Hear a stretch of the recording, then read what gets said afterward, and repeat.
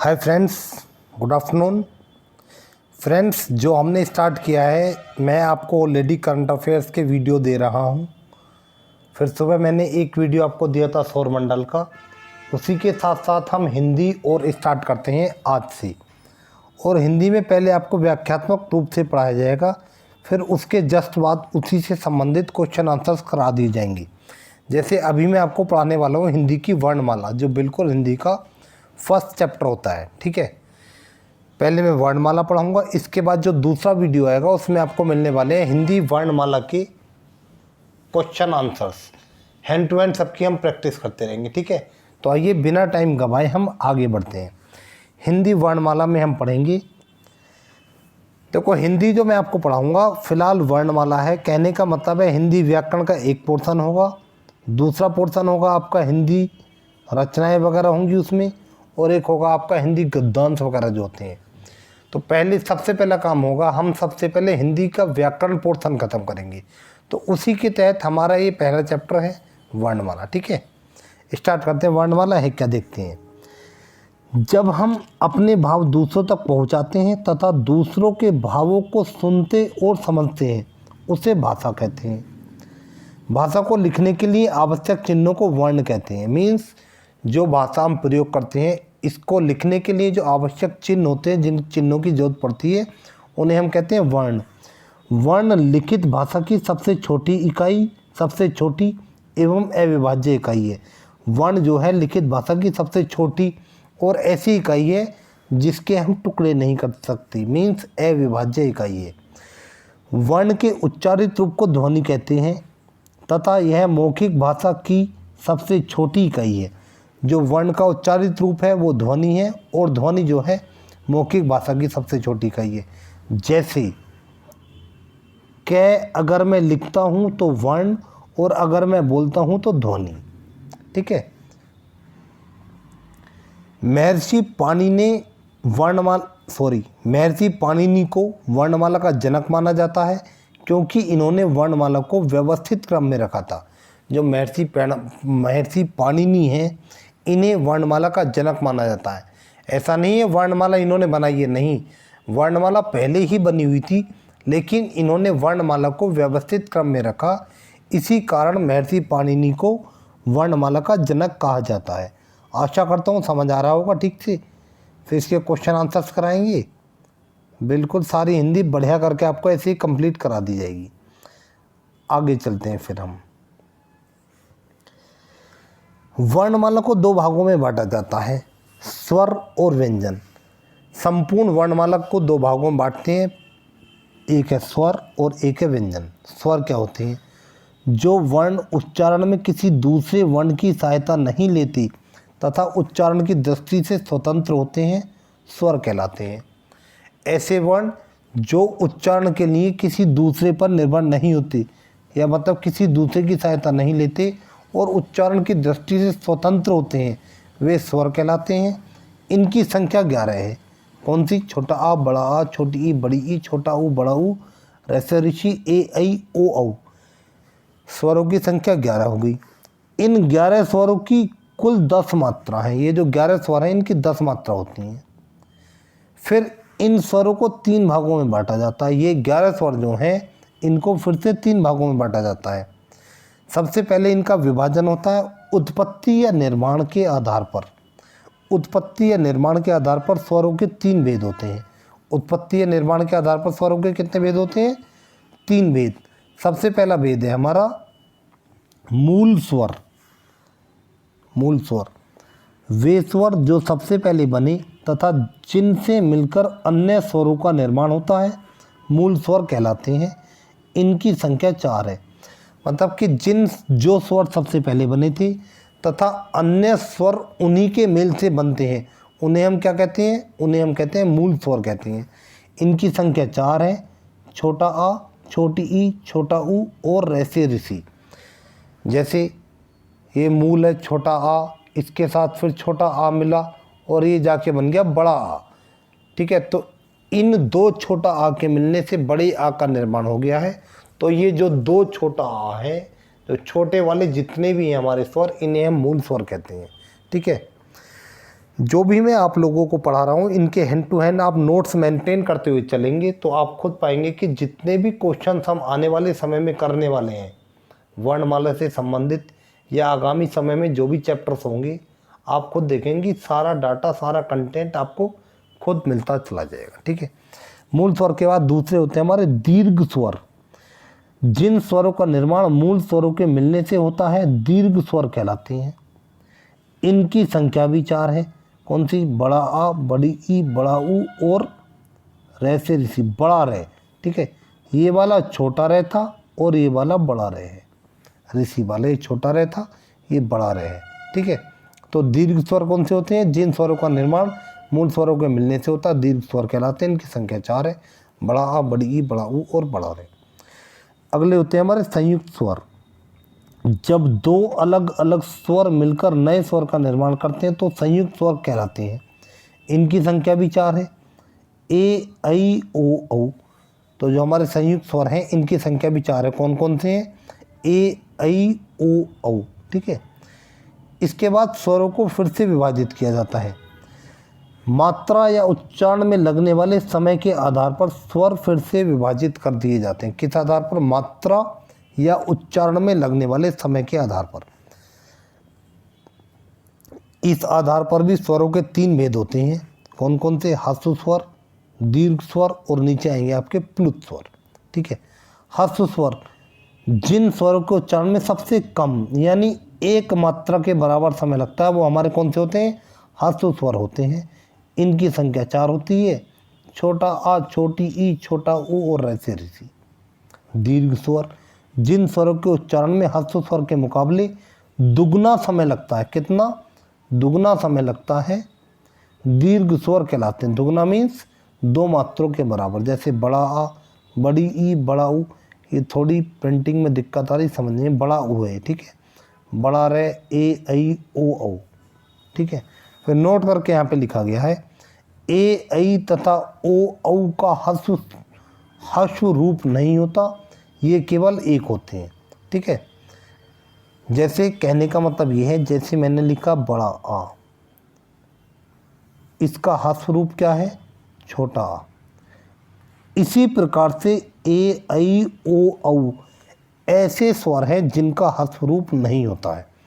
बाकी स्वरों का ह्रस्व रूप होता है। ठीक है। आगे बढ़ते हैं हम नेक्स्ट। तीसरा प्रकार मैंने आपको बताया। तीसरे कौन से हैं? प्लुत स्वर। देखते हैं। वे स्वर जिनके उच्चारण में 3 मात्रा का समय लगता है। 3 मात्रा के बराबर जिनके उच्चारण में समय लगता है उन्हें हम प्लुत स्वर कहते हैं। इनके पीछे एक चिन्ह लगता है। ये चिन्ह है जिसे कहते हैं ओम का चिन्ह होता है ये। ठीक है। जैसे हम कहते हैं ओम, इस प्रकार से क्या हुआ?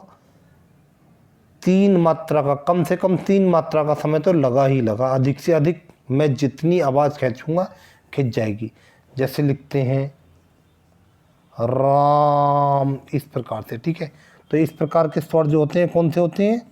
ये होते हैं हमारे प्लुत स्वर। तो ये हो गए। इसके बाद से हमारा फिर होता है जीवा की उच्चारण की स्थिति के आधार पर जो हमारे स्वर हैं फिर से तीसरे प्रकार से कैसे बांटे जाते हैं? जीवा की उच्चारण स्थिति के आधार पर, मतलब कि उनका उच्चारण करते समय हमारी जीभ की स्थिति कैसी हो जाती है, उस आधार पर स्वरों को फिर से बांट दिया जाता है। इस आधार पर स्वरों के 3 भेद होते हैं। इस आधार पर भी स्वरों के 3 भेद होते हैं। कौन से? अग्र स्वर, मध्य स्वर और पश्च स्वर। ठीक है। अग्र स्वर देखो कौन से होते होंगे? जिन स्वरों का उच्चारण करते समय जीभ के अगले भाग का प्रयोग होता है अग्र स्वर कहलाते हैं। इनकी संख्या 4 है। छोटी ई, बड़ी ई, ए, ऐ। कहने का मतलब है जिन स्वरों का उच्चारण करते समय जीभ के अगले भाग का प्रयोग होता है उन्हें हम अग्र स्वर कहते हैं। मध्य स्वर जिन स्वरों को उच्चारण करते समय जीभ के मध्य भाग का प्रयोग होता है उन्हें मध्य स्वर कहते हैं। इसकी संख्या एक ही है। कौन सी? छोटा आ। फिर है पश्च स्वर। जिन स्वरों को उच्चारण करते समय जीभ के पिछले भाग का प्रयोग होता है वे हमारे पश्च स्वर कहलाते हैं। जैसे बड़ा आ, ओ, औ, छोटा ऊ, बड़ा ऊ। ठीक है। तो ये हमारे कौन से हो गए? जीवा की उच्चारण स्थिति के आधार पर स्वरों का विभाजन हो गया है। इसकी एक ट्रिक है जो आप याद कर लेंगे आसानी हो जाएगी। ट्रिक से एग्ज़ाम में चीज़ों को रिकॉल करने में, ध्यान रखने में आसानी होती है और कुछ नहीं। ठीक है, ये ट्रिक है। देखो, आओ उल्लू पीछे पीछे, ए को छोड़ो बीचे बीचे। देखो, आओ उल्लू पीछे पीछे कौन से हो गए? आ हो गया, ओ हो गया, ऊ हो गया। जब ऊ है तो इसका बड़ा भी होगा, बड़ा ऊ हो गया। ये पीछे पीछे मीन्स पश्च स्वर। ये कौन से हो गए? ये हो गए पश्च स्वर। ए को छोड़ो बीचे बीचे, फिर बचा ए। ए को कहाँ छोड़ेंगे? बीचे बीचे। यानी ये कौन सा स्वर हो गया? ये वो स्वर हो गया जिसका उच्चारण करते समय जिसका उच्चारण जीभ के बीचों बीच भाग से होता है। ठीक है, और जो बाकी शेष बचे हुए हमारे कौन से हो गए? वे हमारे हो गए हैं अग्र स्वर। तो ये हमारे 3 प्रकार के हो गए, अग्र, मध्य और पश्च। ये ट्रिक है, ट्रिक को ध्यान रखेंगे तो आने वाले समय में आपको आसानी रहेगी। ये मैंने आपको स्वर पढ़ा दिया और आशा करता हूँ जो भी मैंने आपको बताया ठीक से समझ आया होगा। और अगर फिर भी कोई दिक्कत हो तो वीडियो को 2 बार देखो, 3 बार देखो, बिल्कुल कोई दिक्कत होने वाली नहीं है आपको। फिर भी नहीं समझ आता है तो कमेंट बॉक्स में कमेंट छोड़ो, बिल्कुल देखी जाएगी और उसका कोई ना कोई उपचार किया जाएगा। स्वर के बाद बात करते हैं फिर हम व्यंजन की आते हैं। जिन वर्णों का उच्चारण स्वर की सहायता से किया जाता है व्यंजन वर्ण कहलाते हैं। कहने का मतलब है जिनको उच्चारण के लिए व्यंजनों की सहायता, स्वरों की सहायता लेनी पड़ती है, उन्हें हम क्या कहते हैं? उन्हें हम व्यंजन कहते हैं। हिंदी में कुल 33 व्यंजन हैं, जिसमें से 25 स्पर्श हैं। कैसे? मैं तक के 25 स्पर्श हैं, 4 अंतस्थ हैं। कौन से? ये, रे, ले, वे। 4 उष्ण व्यंजन है। कौन से वाले? श, श, स और हा। ये हमारे उष्ण व्यंजन है। अब इनके बारे में एक एक करके बढ़िया से पढ़ लेते हैं। ठीक है, सबसे पहले हम पढ़ते हैं स्पर्श व्यंजन के बारे में। स्पर्श व्यंजन कौन से होते हैं? वे व्यंजन जिनके उच्चारण में निकलने वाली वायु मुख के अलग अलग उच्चारण स्थानों में से किसी को भी स्पर्श करती हुई बाहर निकलती है, स्पर्श व्यंजन कहलाते हैं। देखो, जैसे हमारे मुंह के अलग अलग भाग होते हैं, जैसे कंठ होता है, तालु होता है, मूर्धा होता है। ठीक है, तो ऐसे व्यंजन वर्ण जिनका उच्चारण करते समय वायु हमारे मुख के किसी न किसी भाग को टकराती है, उन वर्णों को हम क्या कहते हैं? उन वर्णों को टकराती है यानी स्पर्श करती है, तो उन वर्णों को हम क्या कहते हैं? स्पर्श व्यंजन कहते हैं। ठीक है, इनको 5 प्रकार से बांट दिया जाता है। पहले होते हैं क वर्ग। ठीक है, इनको 5 प्रकार से बांट दिया जाता है। पहले जैसे क वर्ग है, इनका क वर्ग कौन सा है? क वर्ग वो है जिनका उच्चारण करते समय वर्ग हमारे जिन वर्णों का उच्चारण करते समय हवा हमारे कंठ को टकराती है, वे हमारे क वर्ग के अंतर्गत आते हैं। इन्हें हम कांठ्य ध्वनियाँ भी कहते हैं। ठीक है, ये कौन कौन सी हैं? क, ख, ग, घ, ञ। ठीक है, ये हमारी कांठ्य ध्वनियाँ होगी। फिर च वर्ग है हमारा। ये जो च वर्ग है इन्हें हम कहते हैं तालव्य ध्वनियाँ। ये तालव्य ध्वनि होती है, यानी इन वर्णों का उच्चारण करते समय जो वायु है वो हमारे तालु को स्पर्श करती है। इनकी संख्या भी 5 है। कौन कौन सी? च, छ, ज, झ, न्या। ये न्या है और ये होता है अंगा। ठीक है, ये न्या है और इसको कहते हैं अंगा। तो च वर्ग ये हो गए। फिर च वर्ग के बाद है ट वर्ग। ट वर्ग कौन से होते हैं? ट वर्ग होते हैं वे वर्ण जिनका उच्चारण करते समय वायु हमारे मूर्धा से टकराती है। टे, ठे, डे, ढे, न, अण खाली इसको बोलते हैं। फिर तय वर्ग हैं। तय वर्ग कौन से हैं? तय वर्ग वो हैं जिनका उच्चारण करते समय वायु हमारे दंत को स्पर्श करती है। ते, थे, धे, धे, ने। इसके बाद है हमारा पे वर्ग। पे वर्ग वो हैं जिन वर्णों का उच्चारण करते समय वायु हमारी ओष्ठ को स्पर्श करती है। इनकी संख्या भी 5 है। पे, फे, बे, भे और कौन सी है? में। ठीक है, तो ये हमारे कौन से हो गए? ये हमारे स्पर्श व्यंजन।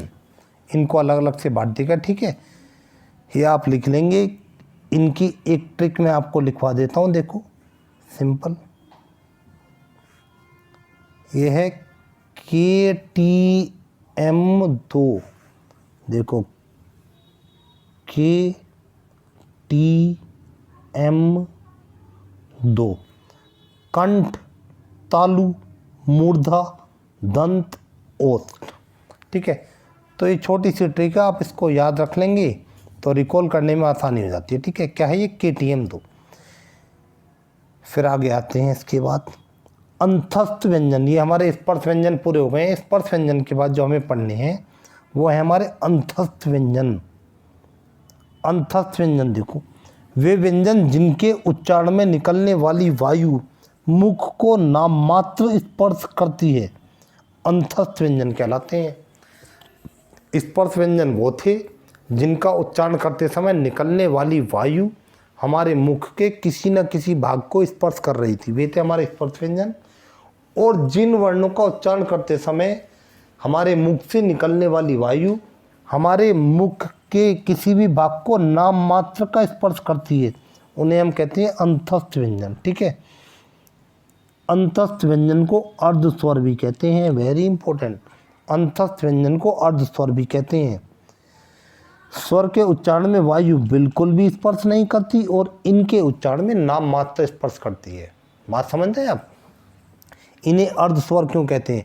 इन्हें अर्ध स्वर इसलिए कहते हैं, हमने अभी पढ़ा कि ये ऐसे वर्ण होते हैं जिनके उच्चारण में वायु नाम मात्र स्पर्श करती है, और स्वर ऐसे वर्ण होते हैं जिनके उच्चारण में वायु स्पर्श ही नहीं करती, इनके में नाम मात्र करती है, तो इसलिए इन्हें अर्ध स्वर भी कहा जाता है। और इनमें भी यह और वह को विशेष रूप से कहा जाता है। इनमें भी क्या होता है? यह और वह को विशेष रूप से अर्ध स्वर कहते हैं। ठीक है नहीं?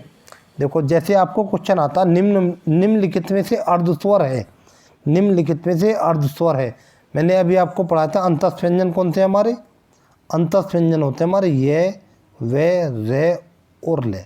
इनकी संख्या 4 है। ठीक है, आपको क्वेश्चन दे देगा निम्न में से अर्ध स्वर है, एक क्वेश्चन दे देगा छोटा आ, एक ऑप्शन दे देगा छोटी ई, एक ऑप्शन दे देगा ये, एक ऑप्शन दे देगा रे।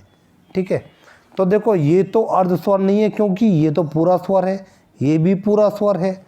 ठीक है, लेकिन ये और रे में ये अर्ध स्वर होते हैं, लेकिन जो ये और वे होते हैं ये विशेष रूप से होते हैं।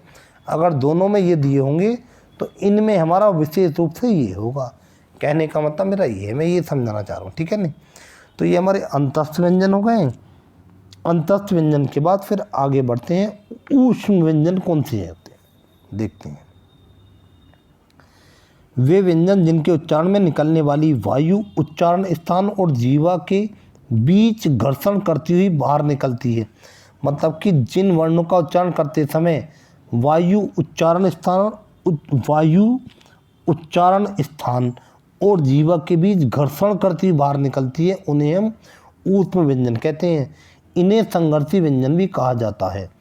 कहने का मतलब है जो ऊष्म व्यंजन है इन्हें संघर्षी व्यंजन भी कहा जाता है। मैं आपको बताना चाहूँगा, वीडियो थोड़ी लंबी हो सकती है, मैं ये नहीं चाहूँगा कि एक ही टॉपिक को उसके 2-2, 3-3 टुकड़े कर दिए जाएं। ठीक है, इसको आप ध्यान से देखेंगे, थोड़ी वीडियो लंबी हो जाएगी, कोई दिक्कत नहीं। और इससे अगली वीडियो में मैं आपको वर्णमाला के क्वेश्चन आंसर्स करा दूंगा, फिर कहीं से भी आप क्वेश्चन उठाएंगे तो आप आसानी से समझ सकते हैं उसे। ठीक है, तो ये हमारे ऊष्म व्यंजन हो गए। ऊष्म व्यंजन को हम संघर्षी व्यंजन भी कहते हैं। फिर नोट करके यहाँ पे लिखा हुआ है, च, छ, ज, झ को स्पर्श संघर्षी व्यंजन कहते हैं। ठीक है, देखो ऊष्म व्यंजन कौन से होते हैं हमारे? ऊष्म व्यंजन अभी हमने ऊपर पढ़ा था, कौन से थे? श, सा और हा। ठीक है, इन ऊष्म व्यंजन को हम क्या बोल रहे हैं? इन्हें हम संघर्षी व्यंजन भी कहते हैं। लेकिन जो हमने अभी देखा यहाँ पे, जो हमारे च, छ, ज, झ जो हैं, ये हैं स्पर्श संघर्षी व्यंजन और ये है मात्र संघर्षी व्यंजन। इस बात का ध्यान रखेंगे। ठीक है, इन 33 व्यंजनों से अलग और भी व्यंजन होते हैं। ये 33 तो हमने पढ़नी है, कौन कौन से पढ़नी है? 33। 25 हमने कौन से पढ़े हैं? स्पर्शी व्यंजन। ठीक है, 4 कौन से पढ़े हैं? अंतस्थ व्यंजन। फिर 4 कौन से पढ़े हैं हमने? ऊष्म व्यंजन। इस प्रकार से कुल 33 व्यंजन हो गए जो हमने अभी तक पढ़े हैं। और इन 33 व्यंजन से अलग और व्यंजन भी होते हैं, उनके बारे में अब हम आगे पढ़ेंगे। ठीक है, चलो चलते हैं आगे। फिर सबसे पहले हमारे कौन से होते हैं? संयुक्त व्यंजन। देखो नाम से ही पता लग रहा है संयुक्त व्यंजन कौन से होते होंगे, जो संयोग से बनते होंगे, सिंपल। ठीक है नहीं, जब कम से कम 2 व्यंजन आपस में जुड़े होते हैं संयुक्त व्यंजन कहलाते हैं। इनमें पहला व्यंजन आधा और उसके बाद का पूरा होता है। ध्यान रखेंगे, पहला व्यंजन आधा होता है और उसके बाद का पूरा होता है। तो इस प्रकार के व्यंजनों को हम क्या कहते हैं? संयुक्त व्यंजन कहते हैं। हिंदी में 4 संयुक्त व्यंजन होते हैं। हिंदी में संयुक्त व्यंजनों की संख्या कितनी है? हिंदी में संयुक्त व्यंजनों की संख्या 4 है। कौन सी? छ, त्रे, ज्ञ और श्रेय। ठीक है, जैसे देखते हैं 6 है, ये किस किस के संयोग से बना है? क और छ के संयोग से बना है। देखो क आधा है, हमने पढ़ा ना अभी, पहला व्यंजन आधा और उसके बाद का व्यंजन पूरा होता है। तो देखो पहला आधा है, उसके बाद का पूरा है। फिर आगे देखते हैं, 6 के बाद त्रय। त्रय किन किन के संयोग से बना? तय और रय के संयोग से। ज्ञ किन किन के संयोग से बना? जय और न्याय के संयोग से बना है। श्रय किसके संयोग से बना? शा और रा के संयोग से बना है। कहने का मतलब ये है कि ये जो चारों व्यंजन है हमारे, ये 2 वर्णों के संयोग से बनी हैं। जब 2 के संयोग से बने इसलिए इन्हें क्या बोलते हैं हम? इसलिए इन्हें बोला जाता है संयुक्त व्यंजन। ठीक है, आगे बढ़ते हैं। फिर हम इन संयुक्त से अलावा हमारे और होते हैं, उन्हें हम क्या बोलते हैं? उत्सृप्य या उच्छिप्त या उच्छिप्त या द्विगुण व्यंजन। ठीक है, इनके नाम थोड़े टिपिकल से है उच्चारण की दृष्टि से, बट कोई दिक्कत नहीं, समझ आनी चाहिए। जिन वर्णों के उच्चारण में जीवा झटके से ऊपर की ओर उठती है उन्हें उत्सृप्य व्यंजन कहते हैं। मतलब कि वे वर्ण जिनका उच्चारण करते समय जीवा झटके से ऊपर उठती है, ऐसे वर्णों को हम क्या कहते हैं? ऐसे वर्णों को हम बोलते हैं उत्सृप्य व्यंजन कहते हैं। इनकी संख्या 2 है, ड ढ। उत्सृप्य व्यंजन की संख्या कितनी है? 2। कौन कौन सी? ड और ढ। इनका प्रयोग शब्द के मध्य में तथा अंत में होता है। इस बात का ध्यान रखें, इनका प्रयोग जो होता है शब्द के मध्य में हो, इनका प्रयोग शब्द के मध्य में तथा अंत में होता है। जैसे सड़क, मेंढक। ठीक है, देखो एक बात को आप देखेंगे, हमने क्या पढ़ा? इनका प्रयोग कहाँ पे होता है? या तो शब्द के मध्य में होगा या अंत में होगा। आरंभ में इनका प्रयोग नहीं होता है। देखो जैसे सड़क हो गया, मेंढक हो गया, दोनों में बीच में है। लेकिन यहाँ पे देखो ये है ढोलक, यहाँ पे जो ढ का प्रयोग हुआ है ना, ये ढोलक है, ढोलक। तो ये हमारा उत्सृप्य व्यंजन नहीं है, क्योंकि देखो आप देख रहे हैं यहाँ पे ढोलक में ढ के नीचे बिंदी नहीं है और यहाँ पे मेंढक में ड के नीचे बिंदी है। ठीक है, तो इस बात का आप ध्यान रखेंगे। इसी के साथ हम आगे बढ़ते हैं। फिर हमने क्या क्या देखा? हिंदी में हमने कुल वर्ण कितने पढ़ लिए हैं? हिंदी में हमने कुल वर्ण पढ़ लिए। देखो 11 तो स्वर पढ़े सबसे पहले हमने, फिर 2 हमारे अयुग्वाह हो गए, फिर व्यंजन कितने हो गए? 33 हो गए। संयुक्त व्यंजन कितने हो गए? 4 हो गए। उत्सृप्य व्यंजन कितने हो गए? 2 हो गए। इस प्रकार से कुल वर्ण कितने पढ़ चुके हैं हम? कुल वर्ण पढ़ चुके हैं हम 52। ठीक है, आगे देखते हैं। हिंदी वर्णमाला में व्यंजन कितने? 33। और कुल व्यंजन की बात की जाए तो कितने हो गए? 39 हो गए। इन अतिरिक्त व्यंजनों का प्रयोग केवल लिखने हेतु किया जाता है। ठीक है, अगर लेखन की दृष्टि से देखा जाए तो हिंदी में कुल व्यंजन की संख्या 39, नहीं तो हिंदी में व्यंजन की संख्या कितनी होती है? 33 होती है। ठीक है, इनसे अलग कुछ अन्य वर्ण भी होते हैं जिनका प्रयोग लेखन की दृष्टि से होता है। जैसे हमारी पहली है आगत ध्वनियाँ, ये आगत ध्वनियाँ होंगी। ठीक है, ऐसी ध्वनियाँ जो दूसरी भाषा से हिंदी में आई हैं आगत ध्वनियाँ कहलाती हैं। मतलब कि जो भाषाएं जो ध्वनियाँ दूसरी भाषा से हिंदी में आई हैं उन्हें हम क्या कहते हैं? उन्हें हम कहते हैं आगत ध्वनियाँ। जैसे ज, फ, अ। ठीक है, देखो जैसे मैंने लिखा, ये इसको समझो आप लोग एक बार ध्यान से, ये आगत ध्वनियों का अर्थ क्या हो। जैसे मैंने लिखा, ये जे फेर, ये है जफर। क्या है ये? जफर, जय। मैंने इसके नीचे नुक्ता लगा दिया तो अब क्या हो जाएगा? ये अब हो जाएगा जफर, जफर।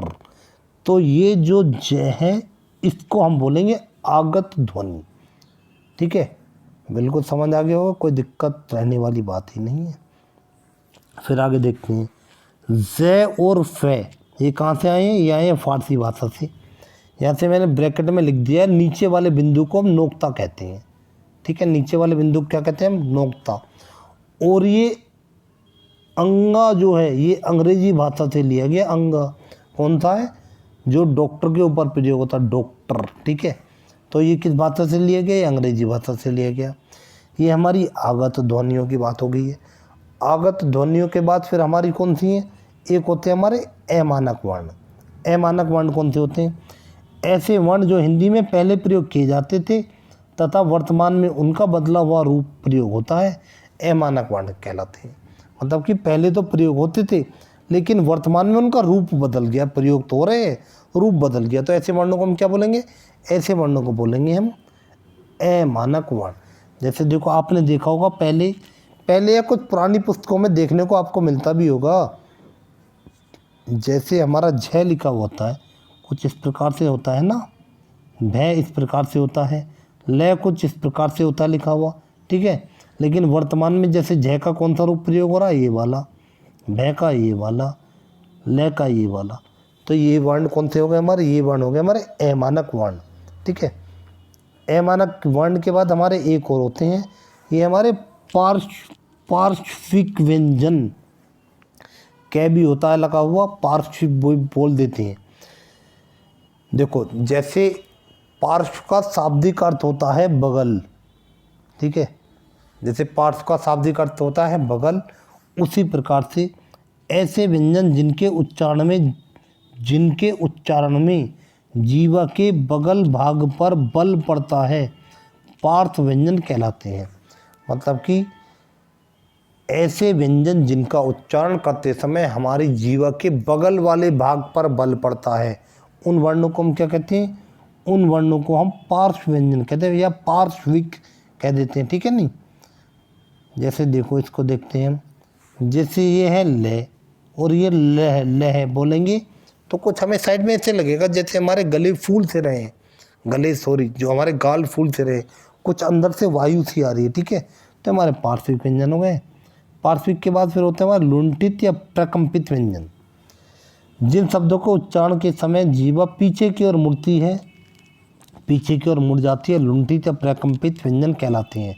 जैसे रे का उच्चारण करेंगे तो हम पाएंगे कि रे का उच्चारण करते समय हमारी जीभ पीछे की ओर मुड़ जा रही है, तो इसलिए रे कैसा व्यंजन हुआ हमारा?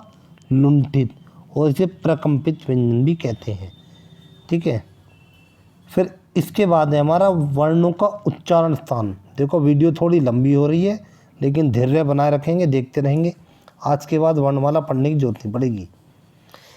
फिर वर्णों का उच्चारण स्थान। वर्णों का उच्चारण स्थान जो मैंने अभी आपको बताया था, कौन कौन सा है हमारा? कंठ। तो देखो, कंठ में वो कै वर्ग तो था ही था, कै वर्ग से अलग हमारे छोटा आ, बड़ा आ, कै वर्ग और है। बात समझो आपने? कै वर्ग तो था ही था, होता ही होता है। इसके अलग छोटा आ, बड़ा आ और है। ये हमारे कैसे होते हैं? हमारे ये होती हैं कंठ ध्वनियाँ, मतलब कि जिनका उच्चारण करते समय कंठ का प्रयोग होता है। ठीक है, इसके लिए एक मैंने छोटी सी ट्रिक लिखी है याद करने के लिए। ये ट्रिक है ए के है। देखो, इसका क्या अर्थ है? जब छोटा आया है तो बड़े को भी लाएगा अपने साथ। ठीक है, इसका अर्थ ये हुआ कि जब छोटा ए है तो बड़ा ए भी होगा। कै का अर्थ हुआ कै वर्ग। ठीक है, और एक अन्य क्या है? ये है। ये हमारी सारी कौन सी ध्वनियों की? कांठे ध्वनियाँ। ठीक है, कौन कौन सी? छोटा आ, बड़ा आ, कै वर्ग और है। ठीक है, ट्रिक क्या है इनकी याद करने की? अक है। फिर नोट करके लिखा, जिस शब्द में ह्रस्व स्वर होगा तो उसका दीर्घ स्वर भी लगाया जाएगा। मतलब कि जिस ट्रिक में ह्रस्व स्वर आया होगा तो उसका दीर्घ भी आएगा ही आएगा। ठीक है, तो कंठ ध्वनि के बाद हमारी कौन सी है? कंठ ध्वनि के बाद है हमारी तालु। तालु ध्वनि कौन सी? य, शा, छोटी ई आई है तो बड़ी ई को भी लाएगी, और क्या हो गया? च वर्ग हो गया। ठीक है नहीं? इनको याद करने की ट्रिक क्या है? यश, इच। देखो ये श, ई, इच में से ई निकला, जब छोटी आई है तो बड़ी भी आएगी। ठीक है, और क्या हो गया? च का मतलब हो गया च वर्ग। ये सारी तालु ध्वनि होगी। ठीक है, इसी के साथ अब हम आगे आते हैं। तीसरी हमारी मूर्धा, इसकी भी ट्रिक सीधी, रश, रट, मतलब र हो गया, श हो गया, और आपका क्या हो गया? र हो गया, श हो गया, और ऋषि वाला र हो गया। ठीक है, इसके बाद में आपका कौन सा हो गया? ट हो गया, ट वर्ग हो गया। फिर दंत में आते हैं। दंत में र, लसत, एक र हो गया, ल हो गया, स हो गया, और त वर्ग हो गया। ये दांत ध्वनि होती हैं। फिर हमारा ओष्ठ ध्वनि है। ये इसकी ट्रिक क्या है? उप। देखो उप में छोटा ऊ आया है तो बड़ा ऊ भी आएगा, और पे का मतलब पे वर्ग। ये कौन सी है? ओष्ठ ध्वनि है। फिर इनसे अलग हमारी और कौन कौन सी है? एक होती है हमारी दंत ओष्ठ। दंत ओष्ठ का मतलब कि जिनका उच्चारण करते समय दंत का भी प्रयोग हो और साथ में ओष्ठ का भी प्रयोग हो, वो हो गया हमारी दंत ओष्ठ। ये कौन सी हमारी? वह कैसी ध्वनि है? वह हमारी दंतोष्ठ ध्वनि है। ठीक है, इनके अतिरिक्त 4 संयुक्त स्वर शेष बचे। 4 संयुक्त स्वर कौन कौन थे? ए, ऐ, ओ, औ। ठीक है, देखो जो हमारा ए, ऐ का निर्माण होता है, ये छोटा आ बड़ा आ का मेल जब भी छोटी ई बड़ी ई से होता है तो ए या ऐ का निर्माण होता है। ठीक है, मतलब कि छोटा आ छोटी ई से मिलेगा तो ए बनेगा, बड़ा आ बड़ी ई से बनेगा तो ऐ बनेगा। ठीक है, तो देखो छोटा आ बड़ा आ कैसी ध्वनि है हमने ऊपर पढ़ी? कंठ। छोटी ई बड़ी ई कैसी ध्वनि आई? तालु। तो ये दोनों मिलके ए ऐ बनी, तो कौन सी बनी? कंठ तालु। कंठ प्लस तालु बराबर कंठ तालव से। इसी प्रकार से छोटा आ बड़ा आ जब भी छोटा ऊ बड़ा ऊ से मिलते हैं तो ओ और औ बनता है। छोटा आ बड़ा आ कैसे है? कंठ। छोटा ऊ बड़ा ऊ कैसे है? ओष्ठ। तो जब कंठ ओष्ठ से मिलेगा तो हमारा क्या बनेगा? कंठोष्ठ है। तो ये कैसी ध्वनि है हमारी? ये है कंठोष्ठ है। आशा करता हूँ समझ आ रहा होगा। कोई दिक्कत नहीं, थोड़ा जल्दी भी करना पड़ेगा, नहीं आप सोचेंगे वीडियो इतनी लंबी हो गई है। इसके बाद हमारे स्पर्श व्यंजन का 5वां वर्ग नासिका से उच्चारित होता है, इसलिए इन्हें नासिक्य व्यंजन भी कहते हैं। स्पर्श व्यंजन जो होते हैं, इन स्पर्श व्यंजन का 5वां वर्ग जो होता है वो नासिका मीन्स नाक से उच्चारित होता है, इसलिए इन्हें नासिक्य व्यंजन भी कहते हैं। देखो भी देखते हैं कौन सा था, आपको समझाएंगे भी हम। देखो पहला वर्ग, दूसरा वर्ग, तीसरा वर्ग, चौथा वर्ग, पांचवा वर्ग। तो जो स्पर्श व्यंजन है इसका ये जो 5वां वाला वर्ग है ये नासिका से उच्चारित होता है, इसलिए इन्हें नासिक्य व्यंजन भी कहते हैं। कहने का मतलब ये हुआ। ठीक है नहीं, आइए अब बढ़ते हैं आगे। हमने छोड़ा कहाँ था? आवाज होंगे ये हो गए, ये भी हो गए थे हमारे। तो ये लिखा हुआ था स्पर्श व्यंजन का 5वां वर्ग जो होता है वो नासिका से उच्चारित होता है, इसलिए इन्हें नासिक्य व्यंजन कहते हैं। अब इसके बाद आते हैं हम अभ्यंतर या बाह्य प्रयत्न के आधार पर वर्णों का वर्गीकरण। अभ्यंतर, अभ्यंतर मीन्स बाह्य प्रयत्न, इसके आधार पर भी वर्णों का वर्गीकरण होता है। इस आधार पर वर्णों को 2 भागों में बांटा जाता है। इस आधार पर वर्णों को कितने भागों में बांटा जाता है? वर्णों को बांटा जाता है 2 भागों में। कौन से होते हैं? सबसे पहले तो वायु या प्राण के आधार पर। वायु का मतलब प्राण ही होता है, वायु है तो प्राण है, नहीं तो प्राण है ही नहीं। प्रत्येक वर्ण के उच्चारण में एक समान वायु की आवश्यकता नहीं होती, कुछ के उच्चारण में ज़्यादा तथा कुछ के में कम वायु की आवश्यकता होती है। अतः वायु या प्राण के आधार पर वर्णों को 2 भागों में बांटा जाता है। कहने का मतलब है कुछ वर्ण तो ऐसे होते हैं जिनके उच्चारण में कम वायु लेते हैं का प्रयोग होता है, और कुछ वर्ण ऐसे होते हैं जिनके उच्चारण में ज़्यादा वायु का प्रयोग होता है। ठीक है, तो इस आधार पे संपूर्ण वर्णों को 2 भागों में बांट दिया जाता है। वो 2 भाग कौन कौन से होते हैं? वे 2 भाग होते हैं, एक तो होते हैं अल्प प्राण, एक होते हैं महाप्राण। जैसे नाम से ही पता लग रहा होगा, अल्प, अल्प मीन्स थोड़ा, प्राण मीन्स वायु। मतलब कि कौन से वर्ण होंगे? वो वे वर्ण होंगे जिनके उच्चारण में थोड़ी वायु ली या छोड़ी जाएगी। देखो ये वर्ण, वे वर्ण जिनके उच्चारण में कम वायु लगती है अल्प प्राण कहलाते हैं। इनकी संख्या 30 है। कौन कौन सी है इनकी संख्या 30? इनकी संख्या 30 है। देखो पहला, तीसरा और पांचवा वर्ग। अभी मैंने बताया था ना पांचवा वर्ग कौन सा, तो इसी प्रकार से स्पर्श व्यंजनों को वर्गों में बांटा जाता है। तो पहला, तीसरा और पांचवा वर्ग सारे व्यंजन और अंतस्थ व्यंजन ये कौन से होते हैं? ये हमारे अल्प प्राण होते हैं। इनकी संख्या कितनी होगी? इनकी संख्या होगी 30। अल्प प्राण के बाद होते हैं हमारे महाप्राण। महा मीन्स ज़्यादा, प्राण मीन्स वायु। वे वर्ण जिनके उच्चारण में ज़्यादा वायु लगती है महाप्राण कहलाते हैं। इनकी संख्या 14 होती है। ठीक है भाई, मूल वर्ण जो होते हैं हमारे 44 होते हैं ना, तो 30 ये हो गए और 14 हमारे ये हो गए। 14 कौन कौन से हो गए? दूसरा और चौथा वर्ग हो गया और साथ में ऊष्म व्यंजन हो गए। इसके बाद में फिर हम आगे बढ़ते हैं थोड़ा। फिर होते हैं हमारे झंकार, घोष या घोषत्व की दृष्टि के आधार पर। इस आधार पर भी वर्णों को बांटा जाता है। सभी वर्णों के उच्चारण में स्वर तंत्रियाँ एक समान रूप से झंकृत नहीं होती, कुछ में कम तो कुछ में ज़्यादा होती हैं।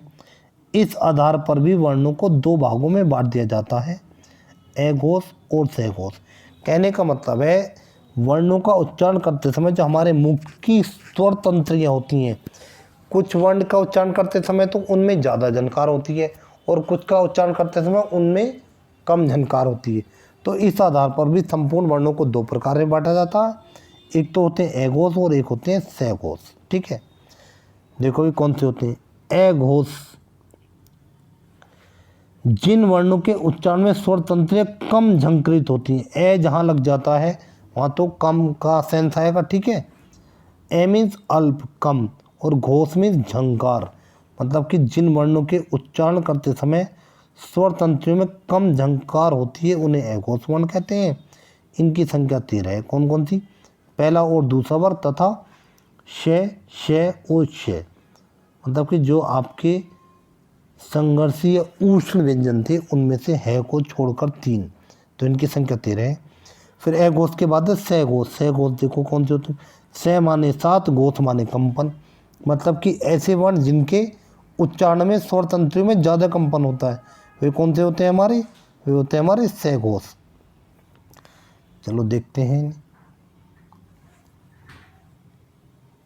जिन वर्णों के उच्चारण में स्वर तंत्रियाँ अधिक झंकृत होती हैं सघोष वर्ण कहलाते हैं। इनकी संख्या 31 है। कौन कौन सी? तीसरा, चौथा, पांचवा वर्ग, अंतस्थ व्यंजन और सारे स्वर तथा साथ में है जो रह गया था वो हो गया। ठीक है, फिर नोट करके मैंने लिख दिया सभी स्वर अल्प प्राण व सघोष होते हैं। मतलब कि जो हमने 11 स्वर पढ़े ये हमारे अल्प प्राण भी होते हैं और हमारे क्या होते हैं? सघोष भी होते हैं। तो फ्रेंड्स इसी के साथ हमने वर्णमाला कंप्लीट कर दिया है। हो सकता है आपको थोड़ी बहुत दिक्कत आई हो क्योंकि मैंने आगे आकर थोड़ी स्पीड अपनी बढ़ा ली थी, नहीं आपको लगेगा कि वीडियो बड़ी हो रही है। अगर आपको लगता है कि वीडियो पार्ट्स में होनी चाहिए तो मुझे कमेंट बॉक्स में कमेंट छोड़ देंगे। लेकिन वैसे एक चैप्टर एक बार में कंप्लीट हो गया है। अगली वीडियो में आपको इसके क्वेश्चन आंसर्स दे दूंगा। वीडियो को एक बार देखो, 2 बार देखो, 3 बार देखो, बिल्कुल वर्णमाला आपको कंठस्थ हो जाएगा। ठीक है, वीडियो को लाइक, शेयर और सब्सक्राइब कीजिए। अब मैं जल्दी ही आपको अगली वीडियो के साथ मिलता हूँ, उसमें आपको हिंदी के क्वेश्चन आंसर्स मिलेंगे वर्णमाला के। ठीक है, तब तक के लिए गुड बाय।